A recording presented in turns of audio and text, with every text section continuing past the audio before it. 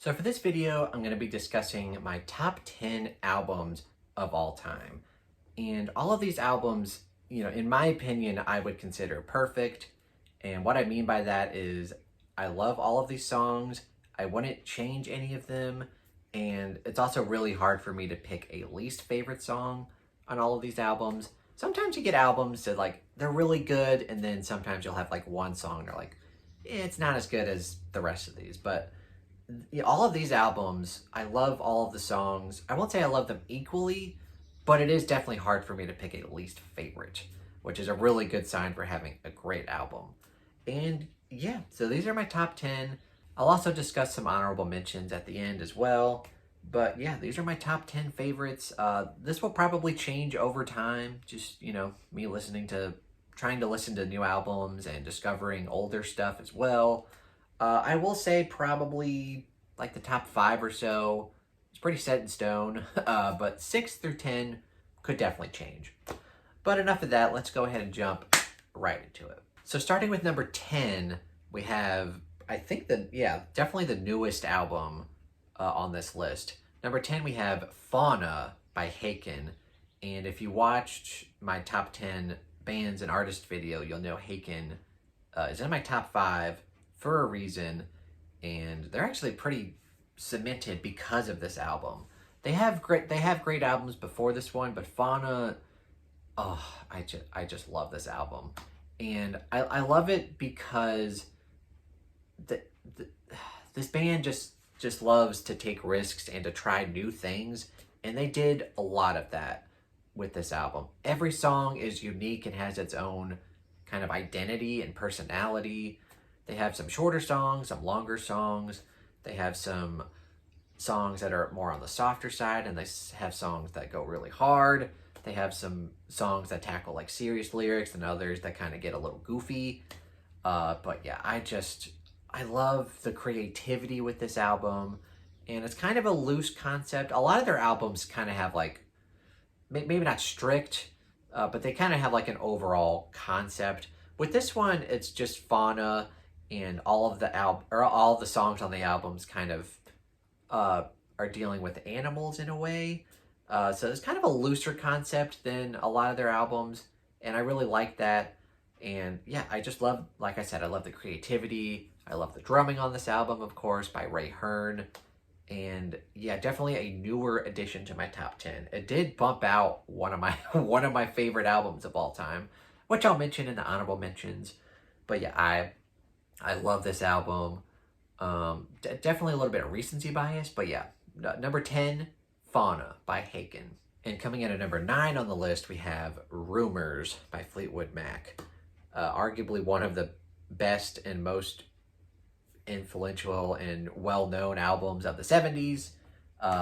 Literally, I think every song on this album has been played on the radio.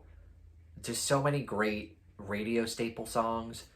Some of my favorites, of course, Don't Stop, Go Your Own Way, Gold Dust Woman, The Chain, and then you've also got some other ones. I wouldn't say deep cuts because a lot of them aren't deep cuts, but I Don't Know, Songbird, just so many great songs on this album, and that's basically why it's up here. It's just because you can listen to this album from start to finish, and literally all of them are hit songs. They're just so good. Fleetwood Mac, I don't know if I would consider them an all-time favorite band. They would definitely be in my top 50. But really, my love for Fleetwood Mac is mostly this album because I love all of these songs. They have a couple of other albums that are good, but this album is just so killer. And I love the fact that they have multiple singers. So some of the songs, I don't know all of the band members' names except for Stevie Nicks, but they have a guy singer on a lot of the songs, and then Stevie Nicks, Dreams, that's another huge song that I forgot about. She sings that one, and then you got another woman singer who does You Make Lovin' Fun. Just remember that that's on this album. So many great songs on this album. And that's basically why it's number 9, is because it's undeniably just full of great songs. And coming in at number 8 on the list, we have Boston by, of course, Boston. And definitely a similar reason why this album is on the list, like with Rumors. Like every song on Rumors is a hit. Literally every song on this album is a classic rock radio staple. Like you will hear all of these songs on the radio. And that's the main reason why it's on this list, is because all these songs are fantastic. They sound great, and they're just classics. I mean, I can read all of the songs that are on here. Like, you've heard all these songs on the radio. More Than a Feeling, of course. Peace of Mind. My favorite, probably, Foreplay Long Time. So good. Rock and Roll Band. Smokin'. Hitch a Ride. Something About You. And then closing out with Let Me Take You Home Tonight. Literally all of those songs I've heard on the radio. And when I first kind of discovered, because I had known of Boston, but then when I figured out, like, literally all of those songs are on that album, and the fact that it's a debut album, arguably the best debut album of all time, just blows my mind. And then, of course, they came out with a few albums after that were, like, nowhere near as good or popular. But yeah, man, that album, I had to include it on here just because it's so incredible and just so dense and packed with great songs. So for number 7 on the list, we have Melodrama by Lorde. And this is definitely like an outsider on my list because the rest of the list is basically rock and metal music.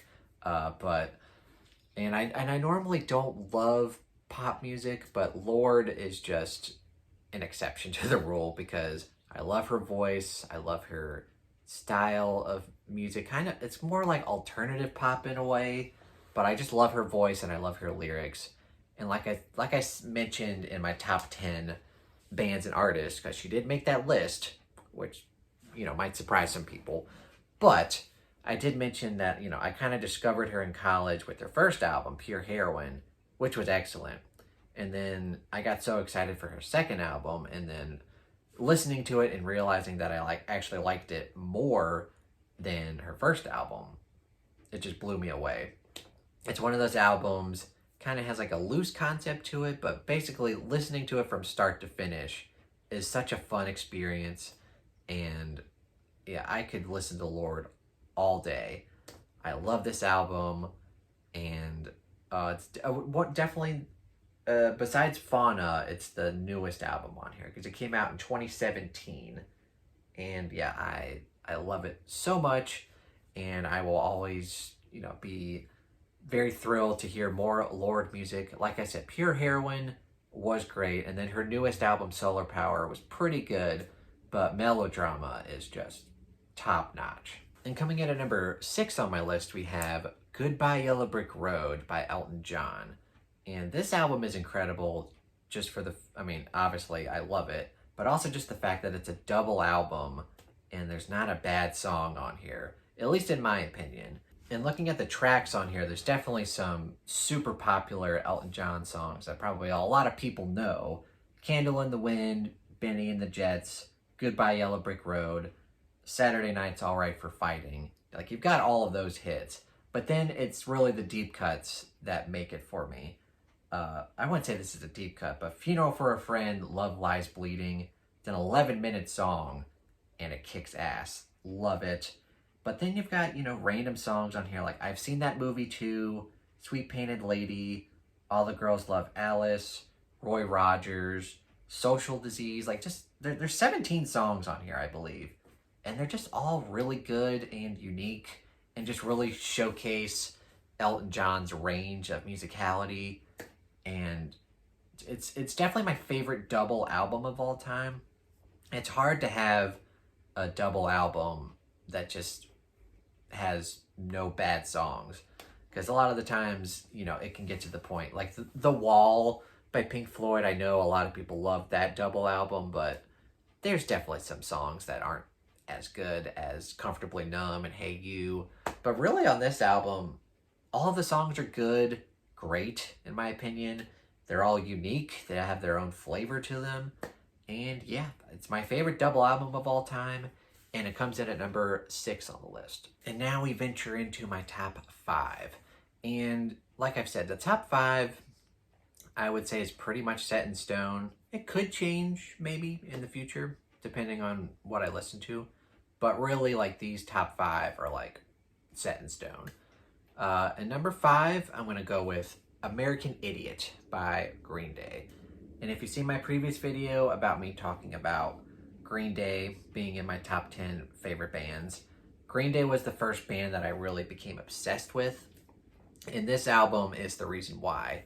So this album came out when I was like, I think 10 years old, and I got it, and I just listened to this nonstop. I listened to it from start to finish, usually like multiple times a day, and it's my most nostalgic album. Like, listening to this album, like, it just takes me back to when I was younger. And not to mention that Green Day was my first concert ever, and they played a lot of these songs. Like, literally, like, they came out with American Idiot, Jesus of Suburbia, which is probably my all-time favorite Green Day song, and song on the album. And then they went into Holiday. They skipped Boulevard of Broken Dreams, and I remember at the concert, I was like, Dad, they're not playing Boulevard of Broken Dreams. And it's just like, they'll play it. They'll just wait, be patient. And they did, of course. That was their encore. And then they played Are We the Waiting, St. Jimmy, Wake Me Up When September Ends. Like, they just played so many of those songs. And like I said, this is my most nostalgic album, and I can listen to this from start to finish. It's just so good. And I know, like, a lot of Green Day fans who maybe loved their 90s stuff, like Dookie, Insomniac, all that stuff, they didn't necessarily love this album because it's definitely a change from their, like, pop punk stuff. This definitely got a bit more political and was more of like a rock opera kind of album. But I didn't know that when I listened to it, so I just fell in love with it. I still love it. It's still my favorite Green Day album, even though they have a lot of other great albums. But yeah, this one just has to be up here for nostalgic reasons and just the fact that I still love it. So yeah, Green Day's American Idiot, number 5 on the list. And coming in at number 4 on the list, we have Metropolis Part 2, Scenes from a Memory by Dream Theater, one of my all-time favorite bands, of course. And I had known of Dream Theater, I think, because I played, it was either Rock Band or Guitar Hero maybe, and they had the song Pull Me Under, which is definitely their most famous song. So that's like the first time I heard of them. And then I think I had gotten their like greatest hits album for like my birthday or Christmas or whatever. So I started getting into them then, but then in college when I kind of did like a deep dive, and that's something I like to do, by the way. When I try to listen to an artist, I just dive deep in and just listen to all their albums just to see if I can get into them. I did that in college with Dream Theater, and oh boy, what did I fall into with this album? Metropolis Part 2. It's Part 2, by the way, because on their first album, Images and Words, they have a song called Metropolis Part 1. It's a 9-minute song, and I think they had always planned on maybe doing a sequel. I don't know if they planned on this, but it did work out. It's I think it's like an hour and 20 minutes, and it's a concept album. I don't even really want to get into like what it's about, because it's a fun album to just jump into, not really knowing what it is, just knowing that you are getting into some progressive metal. So, but yeah, the concept is really cool. The musicality on this album is unmatched, and they do have one song called like The Dance of Eternity, which is infamous for being a song that just is constantly changing and switching time signatures. If you don't know what time signatures are, most songs are just in 4/4.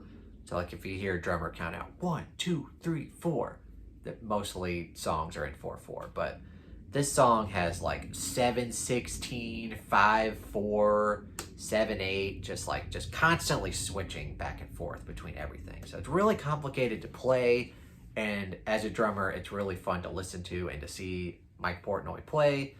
But also just the range on this album, you've got really soft and melodic stuff, and then you've got like the really gritty and heavy stuff and everything in between. So this album just offers everything that Dream Theater can do. and the story is really cool too. Like I said, it's a concept album. So yeah, it's just one of my favorite albums of all time because of all of those reasons combined. And now we get into my top 3 albums of all time. And really, like this, I don't really ever see these albums changing. Like they're just so cemented into my soul. Like these are my favorite albums of all time. We'll see. You never know. But I'm just going to go number 3, Asia by Steely Dan. And like I've said in my previous video, my top 10 bands, I started listening to Steely Dan in college, and I always do a deep dive if I'm going to do that. And I loved all of their albums. Like all of their albums are great, especially the ones from the 70s. But Asia is just the one that really blew me away. Some of their albums, the songs can kind of have like a similar vibe to them.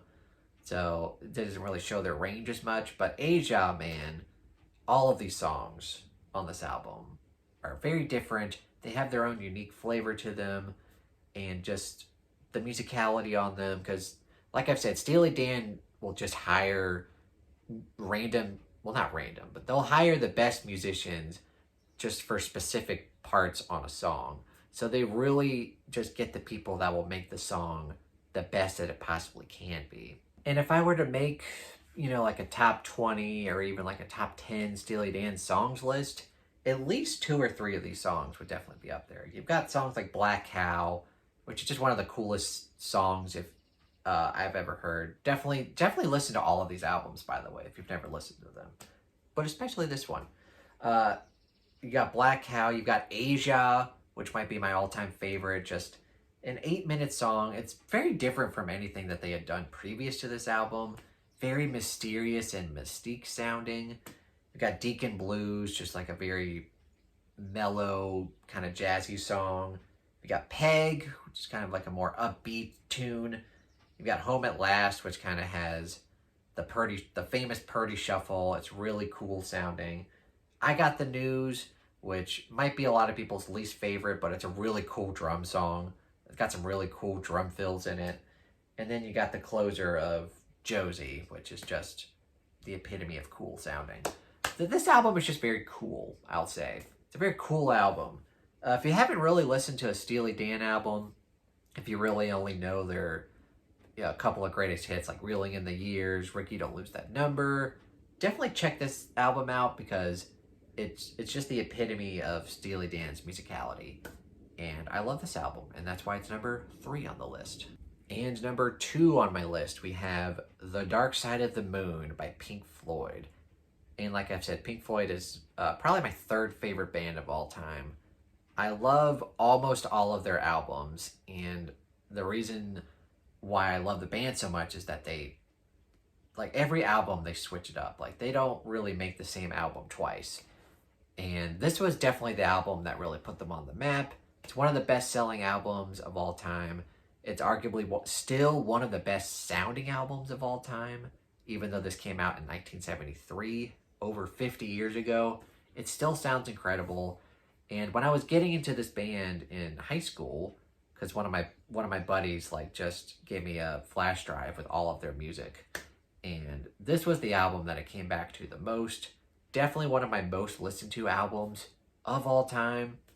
I also hate the kind of the joke that you can really only listen to this album if you're high. I've never been high, I've never been drunk, but I still love this album. I love how it sounds from start to finish. And yeah, if you've never listened to this album, definitely check it out. It's a classic for a reason. And it's one of those albums that when I describe a perfect album, I usually say if it's really hard to pick a least favorite song, it doesn't really apply to The Dark Side of the Moon, but it's a really hard album. You can't take out any songs on here or else it just wouldn't flow as well. So it's definitely a perfect album in the sense, from start to finish, it's a perfect listening experience. And I just love this album. It's still my favorite Pink Floyd album to this day. Like I said, if you haven't listened to it, definitely check it out. But yeah, I love this album. But there is one other album that I would consider better than Dark Side of the Moon. And in fact, it would be my favorite album of all time. But before we get to that, let's mention some honorable mentions. Like I said, the number 10 spot, Fauna, that bumped out an album that has been in my top 10 for a long time, and that would be Blood Sugar Sex Magic by Red Hot Chili Peppers. This is my favorite Red Hot Chili Peppers album. It has some of their best songs, you know, Give It Away, Under the Bridge, yada, yada, yada. But I love this album. But yeah, Fauna just, you know, it had to be in there. And sadly, you know, Blood Sugar Sex Magic had to go.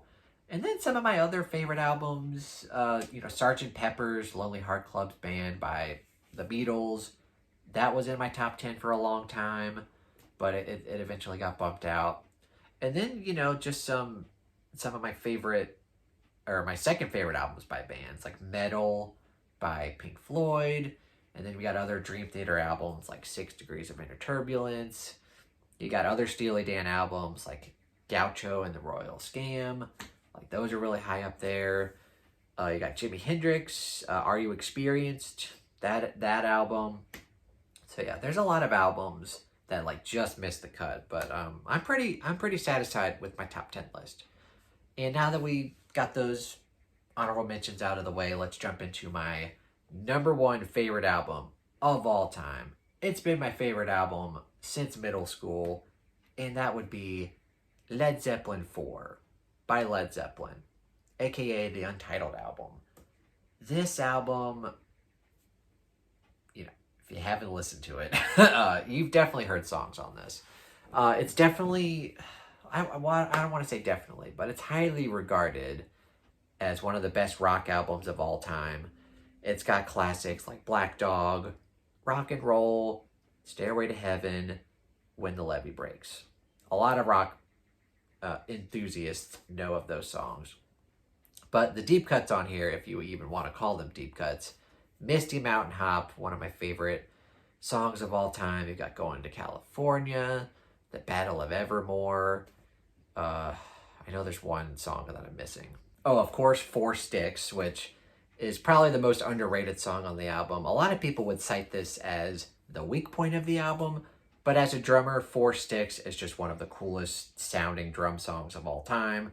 So really, this song has, or this album has no weak points for me, and it's got some of their most best classic performances.